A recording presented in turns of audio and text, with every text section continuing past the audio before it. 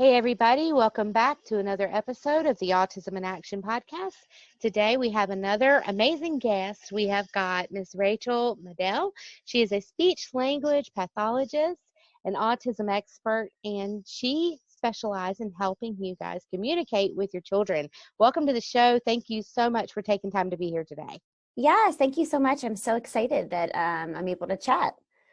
Well, I would just love to hear all about what you do and your area of expertise in the autism arena. So, of course, I'm a speech language pathologist. I specialize in children with autism, as you mentioned. I am based out of Los Angeles, so I have a private practice here. And I'd say 80% of my day is spent working with both children with autism and their families on figuring out the communication piece.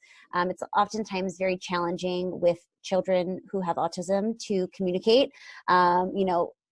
Starting very young when they're emerging communicators all the way up to when they're adolescents and adults, being able to use social language and communicate emotions and things like that. So I really see the spectrum of children.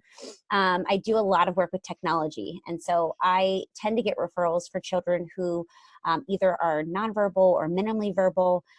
They're emerging in their ability to communicate, and so we use technology like iPads and things like that to help support their communication, continue to help them learn how to communicate and teach the language behind communication, because oftentimes kids are communicating even if they don't have words, but we have to attach language to that to make it meaningful for them. So that's what I do in LA. I also have an online business. We sell resources for clinicians. I have a podcast called Talking with Tech, which focuses all about technology for communication.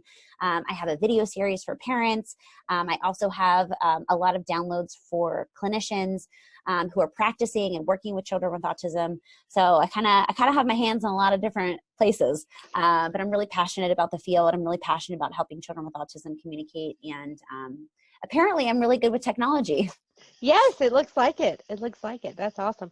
So earlier, before we hopped on, we were talking about a little app that you had mentioned that you work with quite a good bit, and I think you have several videos on your website, a video series that you do. Yes. So I did some consulting for an app called Moment AR. So it's a augmented reality app. And sometimes people are like, oh, what? Augmented reality is essentially, people always liken it to the Snapchat or Instagram filters, like when you can make yourself a bunny or a dog or have funny glasses. So it's, you can see yourself or you can see the room that you're in, but there's something that's augmenting that reality. There's something that's coming onto the screen. And so this augmented reality app is, it's a really great tool to teach social skills. So you see characters and it goes in conjunction with what's called a merge cube, which is just this black cube you can buy on Amazon. I think it's like $15 or $20. And you hold the cube, you point the device towards the cube, and then animated characters pop up. And they have different emotions. One's angry and red, one's sad and blue. They do all different kinds of actions. And so I worked with the app developer in figuring out how can we create something that both follows traditional language development. So there's an aspect of the app for children who are just emerging with communication. And one of the biggest areas of weakness I see is verbs. Kids with autism have tons of nouns. They know every label for everything in their life. But they don't have a lot of abstract language. They don't have verbs. And if we don't have verbs, we can't make sentences. We can make, a sentence maybe like, I want train. We can plug things into a carrier phrase, we would call it in my field.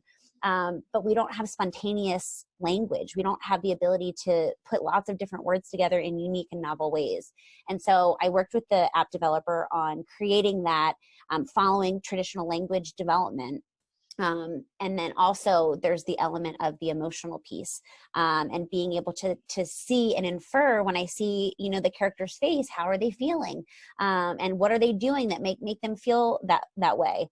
So I've used it a lot in my therapy. And as we were going through that process, I was using it and giving feedback on what I thought was good. And it's just nice because it's fun. You can roll it around, you can chase it, you can then point the device on it.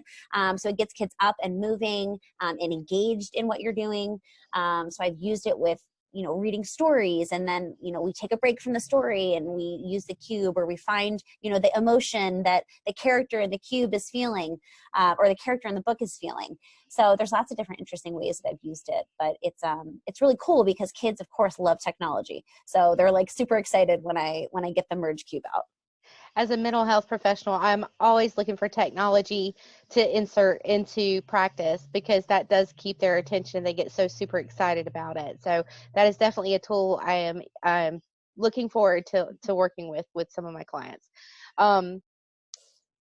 Now you said a lot of things in your online business, Mm-hmm. and one of those things is the free video series. If you want to touch on that just a little bit. Yeah. So what's interesting is that I've always felt this calling to make a bigger impact. I think it's just my personality. And when I started, my practice in LA, I felt like this is going great. Like I'm helping so many families. And then I went abroad and I did a training with an organization in Cambodia. They don't have speech therapy in that country, and they have a high incidence of autism. And so I did a training on technology and autism for this organization, and the response was so wonderful and overwhelming. Everyone was like, please don't leave, like we want you to stay. And I felt like, oh, like how can I clone myself and make tons of me. And I thought I should make a YouTube channel. I should do video content to help guide parents, because that's who was telling me they didn't want me to leave. It was like the parents were just like, we love that, like he's talking now, like you've done that, please. And so that's when I decided to launch a YouTube channel, and we started making video content. And then I felt like I wanted a way to guide parents through that process. And so we started this video series, and, it goes through, the first video is just, 5 guiding principles to child learning, because those are the foundations that we need before we teach a child anything. We need to make sure there's a high level of motivation. We need to make sure that the experience is positive. There's all different kinds of things that we need to set the foundation for learning. There's another video on behavior, because that oftentimes comes up with children with autism. How can we navigate behavior? How can we manage behaviors? How can we stay consistent when we set an expectation? And then there's worksheets that go along with each video to kind of really get parents thinking about their specific child.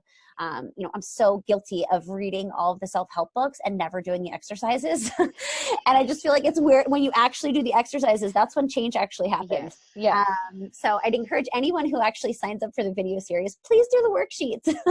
I really spent a lot of time thinking through like what could be really beneficial, because ultimately I wish I could work with every single parent. I wish I could sit down like you or I are talking and help, but unfortunately I don't have enough hours in the day to do that. Yes. And so really what I tried to do was figure out a way to help parents by just, sending them the videos, having, these strategically worded and thought out worksheets, and just giving them a little bit extra knowledge and boost and empowerment that they can make a difference.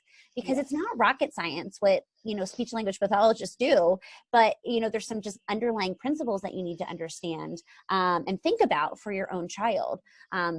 The biggest one usually being your child's already communicating with you. How is your child already communicating with you in, maybe gestures or nonverbal communication, facial expressions? Mm-hmm. And it's really just finding those and attaching language to them, and teaching the power of language. Because for whatever reason, children with autism, they don't always make that leap, that their words have power and that they can manipulate their environment through their words. Yes. Or by changing the words they are using. Yes, yes, exactly. yes, as they get older. Yep. So yes, this is absolutely wonderful what you're providing and what you're doing and what you have to offer. I would encourage every single parent out there to check out her website. Do you want to tell us what that is? Yes, it's rachelmadel.com. It's RACHELMAD as in dog, EL.com. And there's tons of stuff. You can access my podcast through the website. I do a lot of teaching on core words. So let me do a little mini lesson. Yes. Core words are the most frequently used words that we use. 80% of what you or I say are called core words. They're made up of prepositions and verbs and adjectives, words like go and on and more and help, and all the pronouns, I, you, me. Those are the words that we typically use. 20% of what we use are fringe words.